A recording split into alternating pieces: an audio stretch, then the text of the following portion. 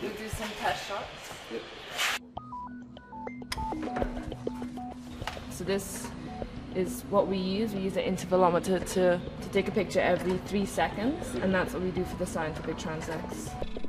I think the SV2 is a game changer because it's automating high definition images at a scale which has not been done before. Lead scientist Ove Hoegulberg was one of the first marine biologists to link coral damage to climate change. And while Gulberg and others have been monitoring the effects of climate change on reefs for decades, they've never been able to do it on such a large scale.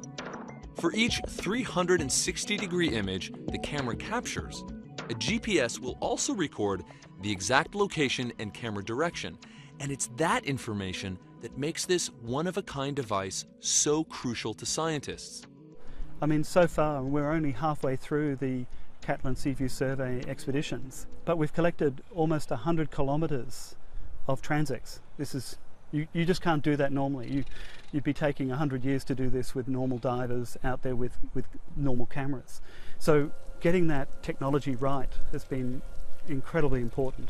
We don't have that global baseline for how reefs are doing across the planet. I mean, coral reefs exist in over 50 countries, and they stretch across most of the tropics and subtropics. There's 375,000 square kilometres of reef around the world.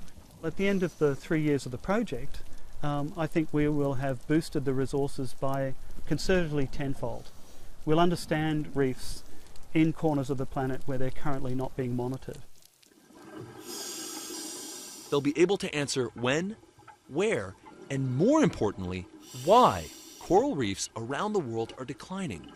One of the parts of the project is to create essentially a data bank called the Global Reef Record. And this is where we'll be taking the huge amounts of digital, video, physical measurements and so on, and putting it into this high-speed computer storage system, and then making it available to scientists across the world. Because one of the legacies of the Catalan Seaview Survey is to create essentially that baseline information that everyone has the rights to use, and then to develop this complex picture of how the world is changing. Because it's, we're a small group of something like 15 scientists. This is a job that will involve hundreds of scientists. This is the sort of science we need to do right now to get a real picture on the risk and vulnerability of things like global change to coral reefs.